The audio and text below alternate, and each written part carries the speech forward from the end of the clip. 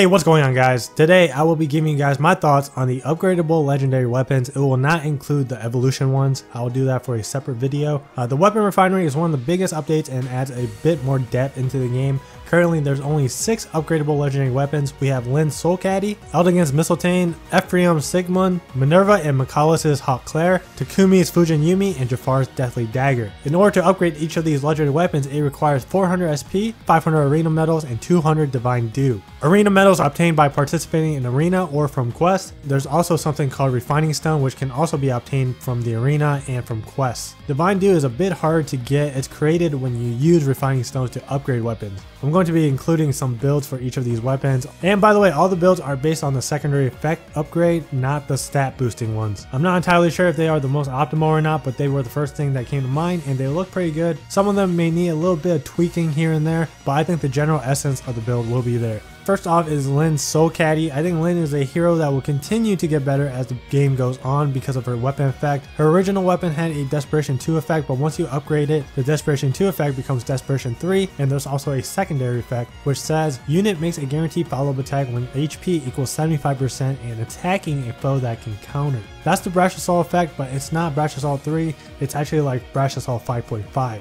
It's a pretty neat weapon. The HP threshold for both effects are the same as 75%, which means that Lynn won't have to drop her HP down to half anymore to get her weapon effect off. When she is at 75% HP, she can basically double any melee enemy immediately, regardless of the difference in speed, assuming that they do not have Swordbreaker equipped. The best thing about this weapon is that she now frees up the B and Sacred Seal slot. Before, she would either have to run Brash Assault in the B slot or the Sacred Seal slot, but now Brash Assault is built into her weapon with a much lower health requirement. As for builds, I don't think this weapon affects the older builds too much. You can run this set for most IVs besides the very bad ones like minus speed and attack. Minus resistance will require a little bit of tweaking too because she's running defense ploy with this set. The strategy is very straightforward. Try to get Lynn under 75% HP either through naturally fighting or reciprocal aid and just go ham. She should be able to survive most encounters because she got slightly bulkier from the passive plus 3 HP boost from her weapon, and this set also runs Fury. Most players run Death Blow or Defiant Attack with the Brash Assault Desperation combo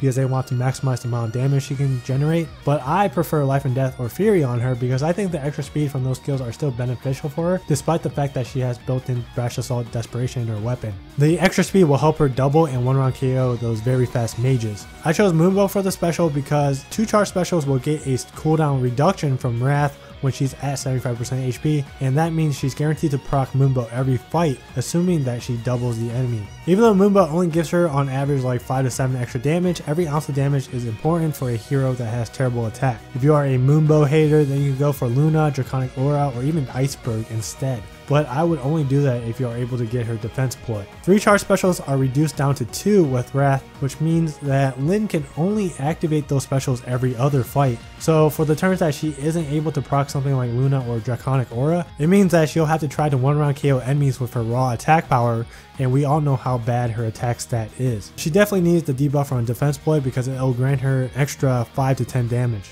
That's pretty much it, but one more thing, if you give her Life and Death, swap out defense ploy for something else, maybe a hone skill instead. Next up is Eldigan's Mystletainn. This one is probably one of my favorites because I actually have a pretty high merch Eldigan, and second, Eldigan is one of those guys that players seem to devalue more and more as time goes on, especially with all the new Cavaliers that were released after him like Brave Roy, Sigurd, and even Grand Hero Balzander. The original effect is basically just a quote-unquote killer weapon effect. It reduces special cooldown by 1. The new effect does the same thing but also gives him a built-in Fury 3 effect. Now he becomes a lot like Volter, very suicidal. With this weapon and distant counter in the A slot, he becomes a better Xander. Since his weapon reduces special cooldown by 1, Aether goes down to 4 charge, which means that after baiting an enemy, he should tank a total of 2 hits, assuming that he gets doubled, and he should counterattack twice, so a total of 4 charges per fight. Hopefully he can take out the enemy that attacked him, then on the following player phase, you can use him to blow up someone with Aether and regain back some of his health back to reuse Quicker Post. If you're looking for more one-round KOs, then Ignis would be the way to go. It's recommended to use him on a Horse Emblem team so he's able to get those Cavalier buffs.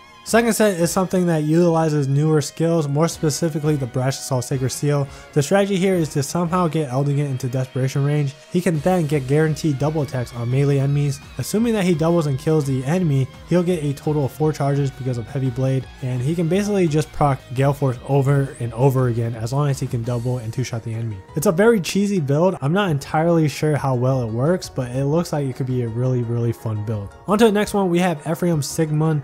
This one is kind of weird. I've always associated Ephraim as an enemy phase unit because he's slow and has great bulk. The new effect that he receives is like a mix between Arden's follow-up ring and Brash Assault. It only works on the player phase, and Ephraim is required to stay above 90% HP in order to continue using the effect, which means that the minimum amount of damage he is allowed to take is about 5 before he's out of range. Also, the attack buff is increased from 3 to 4, so now it's Hone Attack 3 instead of 2. The attack buff is probably the best thing about this upgrade. I don't think he really needs the secondary effect because the standard enemy phase builds were good enough. But anyways, if you were to upgrade it, here's what I came up with for his new weapon. You got Siegmund and Hone Speed to buff allies for +4 attack and +4 speed. Then he also has Rally Defense Resistance to buff the other 2 stats, which will grant a Blade Tome Mage a total of 18 attack, 4 speed, 3 defense, and 3 resistance. Then you have the choice to go Sturdy Blow with Draconic Aura or Bonfire. Sturdy Blow grants him 4 attack and defense on initiation. That will help reduce some counterattack damage so he can keep his health up. Renewal is there in case he takes too much damage and gets out of the 90% HP threshold. The alternative to all of that is Aether and Heavy Blade. This option will give Ephraim more ways to regain health back in order to continue using his secondary weapon effect. Next is Minerva and Michalis' Hauteclere. This is one of the more surprising weapons that received an upgrade. I can see why intelligence systems would want players to be able to upgrade this weapon from Michalis, but Minerva was already strong and considered one of the best green axe units in the game, and now she's even stronger than before. So Hauteclere's original effect is the same as Eldigan's Mystletainn. It's just a special cooldown reduction by 1.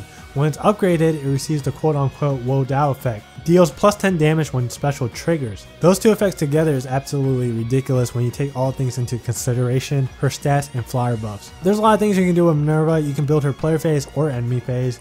You can do something like this for an enemy phase set. Steady Stance and Fortified Flyer buffs will get her up to 44 defense, and then she'll go up to 50 defense with Close Defense 3 Sacred Seal. And with Home Flyers and Gold Flyer buffs, she should be able to take out enemies in 2 hits without the special trigger. Then on the flying player phase, she can blow up someone with Ignis plus the 10 extra damage from her weapon. Or you can run this cookie cutter set. Depending on your Minerva's IVs and the team comp, she may or may not need the extra speed from Speed plus 3 Sacred Seal. You could just give her Attack plus 3 Sacred Seal instead. Hone and Gold Flyers grants her 10 speed, so yeah, the speed will depend on certain things, so keep that in mind. If you have an extra icon laying around, Heavy Blade with a 2-charge Draconic Aura or Bonfire seems decent.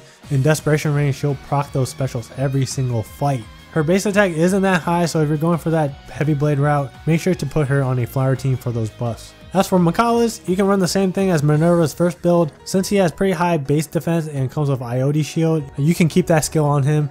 Heavy Blade is also worth considering on this build as well, so he can charge his special faster. Something that one of my Discord members came up with was Michalis with Noontime. The new Noontime cooldown is 2 instead of 3, so with Hauteclere it's reduced down to 1, meaning that Michalis is able to proc Noontime twice on the enemy phase. Hauteclere's Woe Dow effect actually works with these healing specials, so he'll heal for at least 10 per activation guaranteed. I thought it was pretty cheesy. It's viable for PvE, but definitely not for Arena. It seemed like a cool idea, so I want to share it with you guys. Alright, onto the colorless weapons. Here's Fujin Yumi. I think we all know that Fujin Yumi was notorious for being a legendary weapon with one of the worst and most useless weapon effects. It has a built-in pass effect, which is garbage. There's very few instances where pass is actually useful. In Arena, I don't see how pass could ever be useful. I think it's more of a PvE skill. But anyways, once you upgrade it, it changes entirely into a new weapon. No more pass effect. Now, if Takumi is above 50% HP, he cannot be slowed by terrain, which means that he can move through forest tiles. It does not mean he can move through mountains, lava, and water. It only works for forest tiles. He also gets Halloween Naoi's weapon Grimoire's effect, which gives him the ability to teleport adjacent to any ally within 2 spaces. Really cool effect, but it's not enough to make him better than the top tier archers like Cordelia or Lynn. It does make him unique, and players will definitely start using Takumi more because mobility is an important part of the gameplay. It's one of the reasons why Horse Emblem is widely recognized as one of the most cancerous teams in Arena. Nothing out of the ordinary about this set. Swift Sparrow or Life and Death is there to increase his damage output. Takumi doesn't have enough speed to double most of the relevant sword heroes, so Swordbreaker is there to help him double those guys. Most players have some sort of blue unit to counter-reg units, so Swordbreaker may not be needed. Instead, you can give him Cancel Infinity, so he'll have a chance to go toe-to-toe with Raven Tome Triangle Debt mages. Escape Route is the last alternative, as it gives him the ability to continue teleporting around the map when his health reaches below 50%. C-Slot is flexible. For the special, you can go with Moonbow or Luna. Moonbow is only there to help increase his 1-round KOs versus other ranged enemies. Otherwise, Luna would be the better special to go with. Okay, last weapon of the video, Jaffar's Deathly Dagger. The problem with Jaffar is that his stats are overshadowed by other dagger units. The only thing that he has going for him is his weapon, Deathly Dagger. The original weapon has the generic -7 defense and resistance debuff for 1 turn effect, as well as a Poison Strike 2 effect, inflict 7 damage to foe after battle. The upgrade version has a Poison Strike 3 effect and a Savage Blow 4 effect, or you can think of it like Pain Plus. It also has 3 extra might, which Jaffar needs really badly, and foes using magic cannot counterattack. Initially, I thought Deathly Dagger was underwhelming because I thought it was just a Water Sweep effect, but it's actually better than Water Sweep. The reason why is because the effect still allows Jaffar to double attack mages, and there's no speed requirement. That being said, it's actually a really big upgrade for Jaffar. This upgrade definitely makes him usable in Arena, but there's still a few issues that we'll talk about in a second.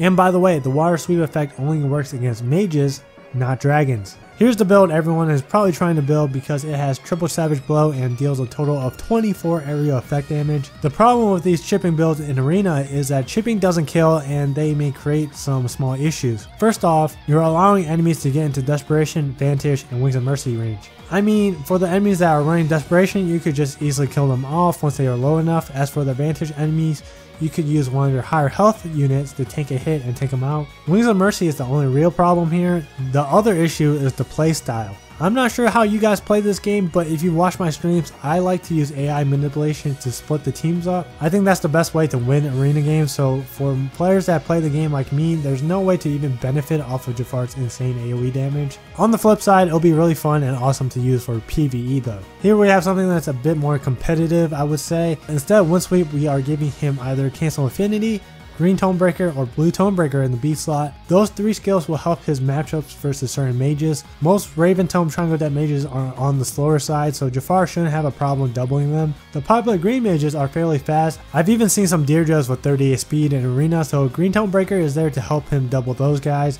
especially Ninos. And if you start to see more popular fast blue mages, then you can swap out the B slot for Blue Tonebreaker instead. The Sacred Seal slot depends on your team comp and your Jaffar's IBs. Overall, I think this new legendary weapon upgrade mechanic is a nice addition to the game. Some of these units are getting overshadowed by many other heroes and they needed something extra to get them back on the map. Not so much for Minerva or Ephraim, but Takumi, Eldigan, Lynn, and Jaffar really needed these upgrades. My favorite out of the bunch is probably Eldigan's, but I might be biased because I have him. Lynn, I would say, is the most interesting. I always wanted a Sword Lynn because I feel like she's a hero where you can get really creative with her builds. But anyways, let me know in the comments which legendary weapon upgrade is your favorite. If you got this far in the video and enjoyed what you saw, consider subscribing for more quality Fire Emblem Heroes content. Thank you all for watching, and I'll see you guys in the next video.